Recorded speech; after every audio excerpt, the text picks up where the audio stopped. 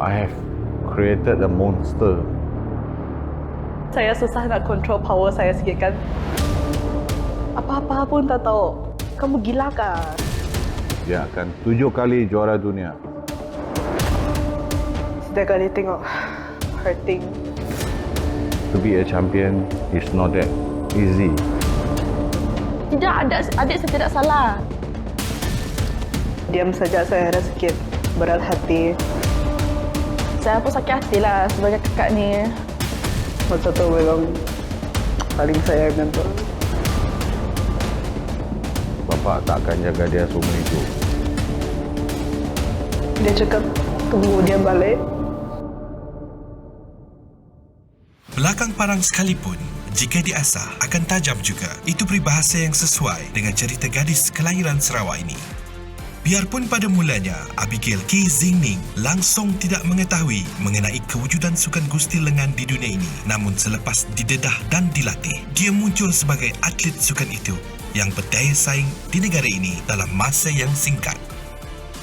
Abigail mula terbabit dalam sukan itu pada 2016 ketika berusia 12 tahun. Pembabitannya bukan kerana minat, sebaliknya kerana menurut kemahuan dan arahan bapanya, Stephen Key, yang mahukan Abigail menjadi atlet gusti lengan wanita pertama dari Sarawak bersaing di pentas dunia.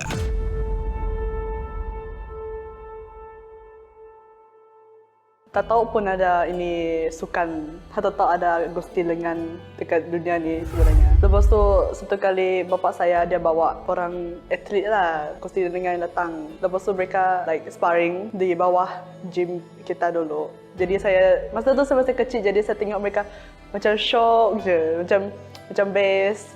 Jadi bapa saya panggil saya try. Tapi saya memang tak suka lah. Saya cuma ingat, jadi mungkin cuma nak saya try saja. Tapi saya tak tahu yang dia mau saya masuk itu sukan. Lepas tu, setiap hari dia panggil saya pergi gym dengan dia training. Saya tak tahu kenapa saya perlu pergi. Tapi saya tak dapat lawan dia lah sama dia bapa saya. Saya introvert, saya cuma dekat bilik saja. Jadi bapa saya mau saya ada kawan. Jadi dia bawa saya keluar pergi try gusti lengan. Macam tu saya masuk. Dulu dia kecil, dia weak. So, saya train dia supaya orang tidak berani bully dia. Dapat tempat, tak dapat tempat, tidak penting. Janji dia training. Saya tak tahu, selalu saya cakap, Amor, I have created a monster. Saya apa-apa pun tak tahu. Semua orang nampak mature, mereka sangat confident. Lepas tu saya jalan sana, jalan sini, saya tak tahu nak buat apa. Lepas tu naik pentas terus kalah sebab saya tak tahu apa-apa. Masa tu sangat clueless. Saya rasa macam, apa hal saya dekat sini bah? Saya boleh dekat rumah tidur. Saya suka arm wrestling sebab saya boleh makan apa yang saya mau. Tapi sekarang saya sudah lama tak makan KFC dan McDonald's. Macam sudah setahun. Tapi kalau masa tu memang tak ditentukan lah. Tapi kalau yang tak boleh makan tu memang banyak lah. Sekarang saya cuma boleh makan macam ayam saja. Saya boleh makan ayam saja. Tapi bukan macam ayam goreng, macam steam ke ataupun roasted chicken macam tu. Kali pertama dia Abigail masuk pertandingan, dia dapat last kali. Itu di peringkat Sarawak saja. Last ada 8 peserta. Dia dapat tempat ke-8. 2017. Dari ini tiap hari saya bawa dia pergi gym training. Memang tak mau lah, dia tak mau lah lawan. Tak apa, saya bawa semua keluarga saya. Fair lah, don't sleep at home, train. 2017 itu game yang saya organize ialah antarabangsa. Bukan Sarawak sudah, antarabangsa. Pun ada lebih kurang 12 peserta. Dia dapat last kali lagi. Saya remember yang 101 yang dia organize. Saya menentang ini Japan dan saya terinjured saya punya wrist. Saya turun dari stage, saya sangat sedih sebab saya kalah dengan senang sebab saya punya wrist sakit mah. Tapi bapa saya cakap, kamu masih muda, it's okay. Lepas kawan-kawan saya, mereka duduk tepi saya lah, bawa ais kasih saya lah, cakap-cakap dengan saya lah untuk buat saya ada semangat. Pas itu saya macam, it's okay. Dia pernah nangis sebab dia kalah. Saya pun sakit hati lah sebagai kakak ni.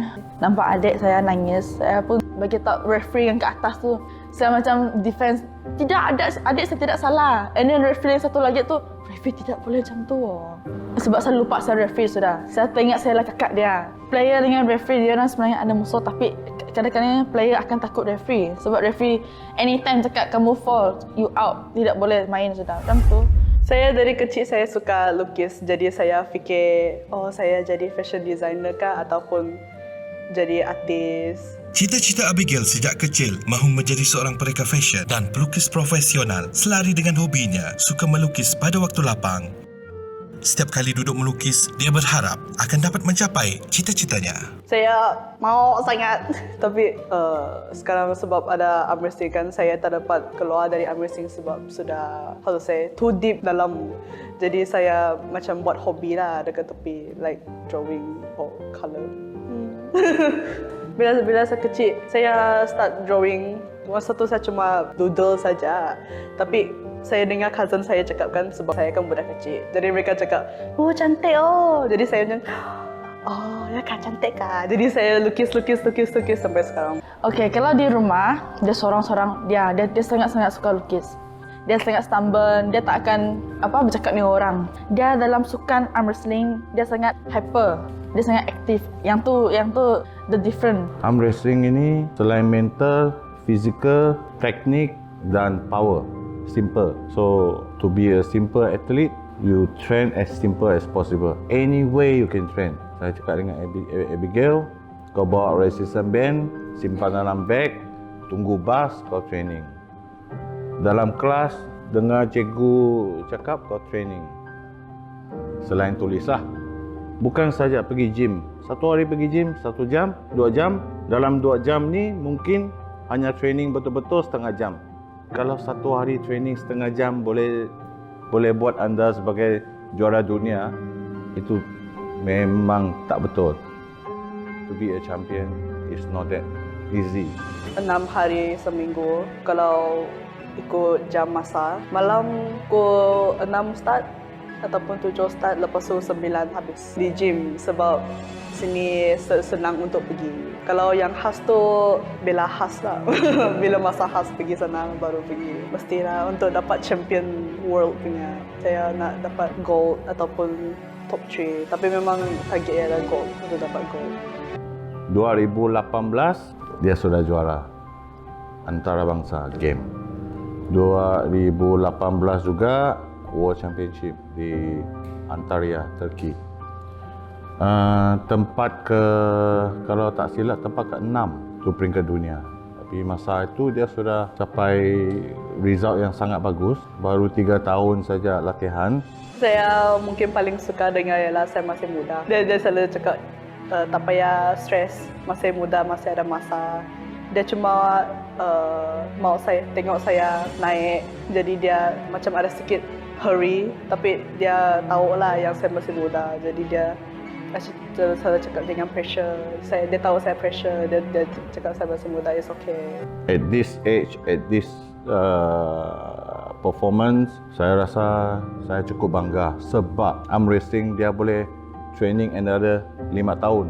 Rancangan saya setiap 5 tahun. Dia sekarang, Abigail sekarang baru 16. 5 tahun, umur 21, baru dia shining. You will see a different Abigail. Dia akan 7 kali juara dunia.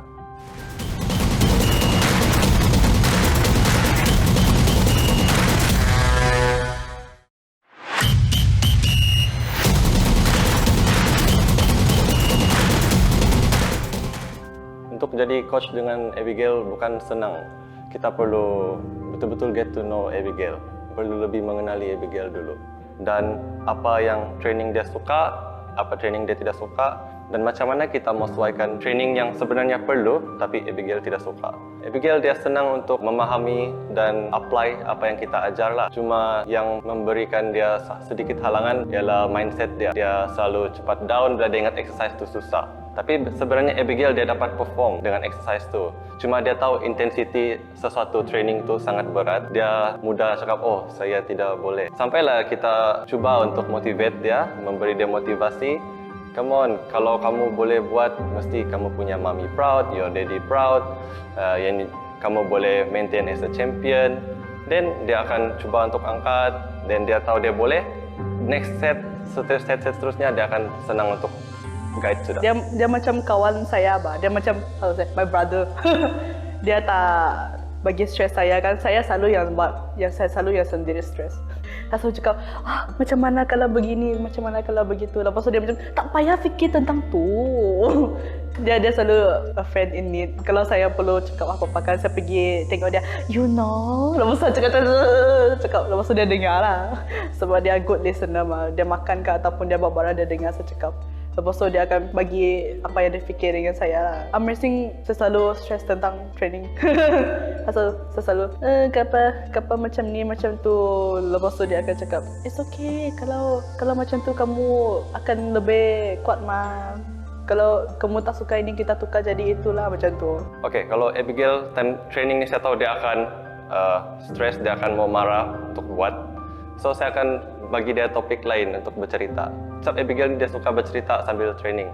So saya akan bawa dia satu cerita, cerita pasal sekolah hari ni macam mana. Dan sambil tu dia cerita, sambil tu dia buat, dia tidak tahu pun. Kalau trik tu mungkin terlalu banyak kali saya ulang, saya akan ubah. Okay Abigail, ni kalilah kalau ini weight kau dapat angkat, kita pergi makan sedap-sedap nanti. Oh, Abigail dia kalau sebut masalah makanan saja memang dia training kau boleh bagi dia. Kalau international, saya rasa kita perlu train setiap hari, tapi itu macam the weekends kan kita train more like speed kan, macam guna rubber, more ringan tapi masih perlu train macam tu.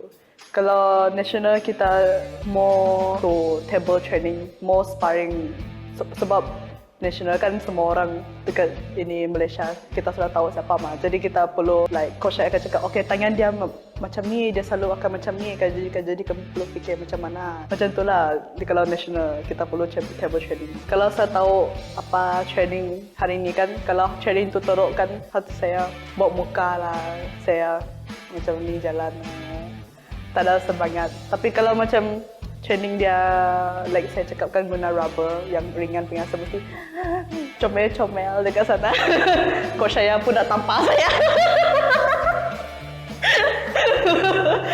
Okay, Abigail dia seorang yang the heart of a champion. Dia tidak boleh kalah satu perlawanan. Dia kalah saja confirm dia turun stage nangis punya. Itu diri Abigail. So, saya perlu pergi dekat dia, motivate dia. It's okay, kita balik nanti kita boleh discuss lagi. Kita boleh tengok balik video apa mistake Abigail buat. Next time kita akan pergi gym, kita train specifically untuk kasih improve mana yang dia kurang. So, saya bilang jangan risau. Lepas ni kalau kamu pergi next tournament, kamu akan ready untuk dia.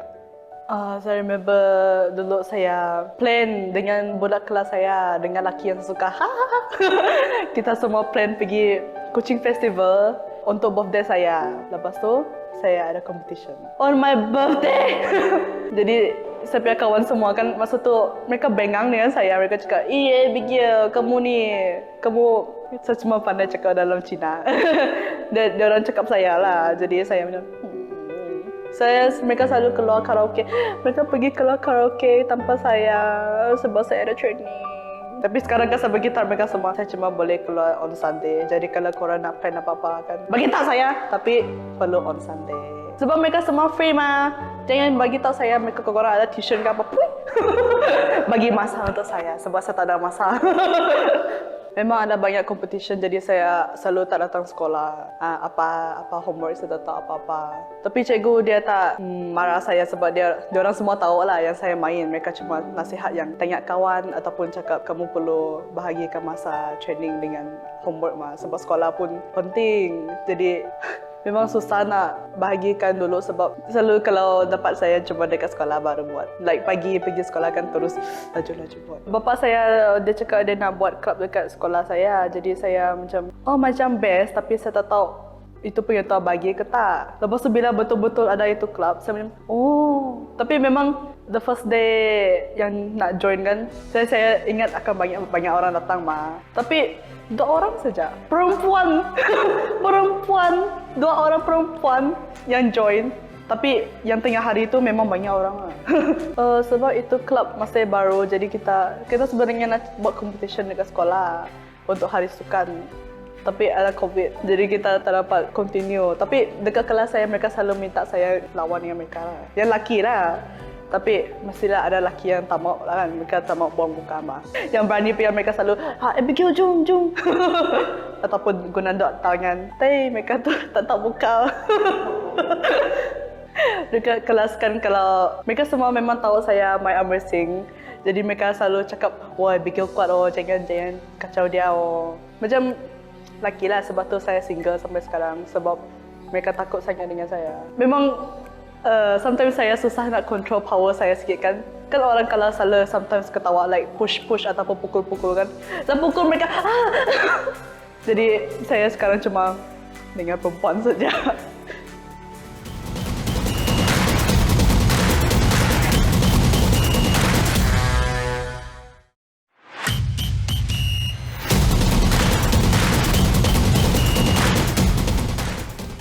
Rancangan jangka panjang bapanya juga mendapat restu daripada ibunya, Naomi. Jadi arm wrestling dia memang sangat sokong. Dia tolong bapa saya, dia tak minta duit lah. Dia tolong semua barang yang dia dapat. Bila saya masuk ni mereka sangat sokong saya masuk. Tapi mak saya kan dia risau lah. Kalau saya macam letihkan ataupun saya sakit, dia akan marah bapa saya. Kamu ni bagi dia training banyak sangat, kamu gila kah? Dia cakap macam tu. Tapi dia tak panggil saya, tak payah arm wrestling lah. Dia masih cakap, kamu boleh, saya tahu kamu kan kuat. Mami pun tak dapat melawan kamu sebab dia bersama. Tumpuan anak kedua daripada 3 beradik itu kepada latihan terjejas pada Jun 2020 apabila ibunya jatuh sakit dan dimasukkan ke Hospital Umum Sarawak. Selalu setiap malam lah kita pergi hospital tengok dia. Selepas training kita pergi tengok dia. Dia dulu dia masih dapat gurau-gurau, marah-marah orang. Bila itu doktor perlu bagi dia tidur kan supaya dapat treat dia sebab takut dia sakit mah. Jadi bila dia tidur kita cuma boleh tengok dia diam-diam saja. Masa tu memang sebab kan dia sangat lively, dia selalu ketawa gurau mah. Jadi bila saya nampak dia diam saja, saya rasa sikit berat hati. Saya tak suka pergi hospital tengok dia sebab saya tak suka tengok dia duduk sana hurting. Jadi bapa saya selalu cakap lah yang saya tak pernah tanya macam jom pergi tengok mami sebab tak mau mah. Saya mau dia cepat bagus supaya dia balik rumah. Tapi setiap kali tengok pergi hospital saya perlu tengok dia duduk sana. Dia cakap tunggu dia balik. Ibunya yang disahkan telah dijangkiti penyakit autoimmune disease menghembus nafas terakhir pada 16 Jun 2020. Sebab dulu saya selalu nangis mah. Jadi dia selalu dekat tepi marah-marah saya. Jangan nangis, bapa kamu nangis. Dekat pantai. Dia sebab ada ombak, dia dengan saya asyik lompat-lompat itu sebab tak mau kena itu ombak. Lepas tu dia asyik jatuh, ketawa saya dekat sana. Tapi saya selalu pegang dia lah supaya dia tak jatuh. Masa tu memang paling saya remember. Pencapaian dia 2019 di World Championship, dia pun sudah dapat tempat kedua dalam kategori dia, right hand and left hand. So kita sangat bangga dan sekarang dia training saya tengok lebih konsisten lagi. Tidak lagi macam curi ayam, curi ular. Dia train betul-betul. Selain train arm wrestling, dia kena train cardio juga. Ada satu lagi coach untuk turunkan berat badan dia. Saya dapat feel sangat bangga. Pada usia 16 tahun, Abigail sudah bergelar atlet gusti lengan nombor 1 negara. Gelaran itu dia perolehi selepas menduduki naib juara dalam kejohanan gusti lengan dunia Persekutuan Gusti Lengan Antarabangsa IFA di Rumia, Poland pada 3 hingga 6 Disember 2019. Saya nak dapat gold ataupun top 3, tapi memang target adalah gold untuk dapat gold. Premier 101 2016年到2019年国际比赛，从一开始我们Premier 101的初衷就是慈善的运动，然后就开始了慢慢发觉到这是一个很有潜能的一个运动，所以让我们有一个构想，想把这个 arm wrestling 发挥的比较好，在这个运动的团队上啊，运动的机构啊，而且把运动的精神发挥出来。之后我们有跟政府机构沟通，然后 SVC 跟那个 Dato Karim 一路来就很支持我们的想法，所以说想把这个安瑞新的体育精神发挥出来。所能做到的东西就是提供的场地、一些洗的费用和政府的帮助，所以才有今天这个安瑞新平民万湾的一个机构出来。我希望把这个安瑞新带进了国际比赛，因为我发觉到那些选手都有他们的潜能，所以希望能够发挥在国际赛方面。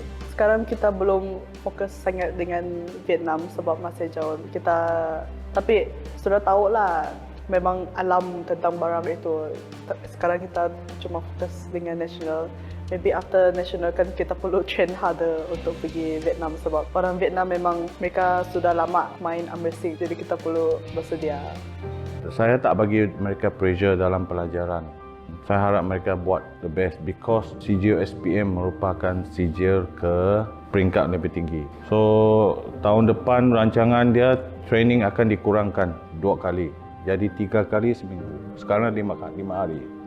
Supaya Abigail keep training, ikut jadual, keep study, ikut jadual juga untuk menjadikan seorang atlet yang berpelajaran tinggi. Itu sangat penting. Bapa tak akan jaga dia seumur hidup. So apabila bapa tak ada, dia sudah boleh berdikari. Bapa saya sudah cakap dengan saya kan yang bila next year sebab SPM dia memang tak kisah sudah, dia memang SPM sangat penting punya. Dia cakap dia akan kurangkan training supaya saya dekat bilik, kau dekat bilik study saja. Jadi saya sudah tahu yang walaupun dia mungkin akan cari competition yang macam on the weekends ataupun bila holiday lah. Kalau on the weekdays dia memang tak bagi saya rasa. Kalau saya rasa kalau saya miss 1 day of school next year kan saya akan kena berasa.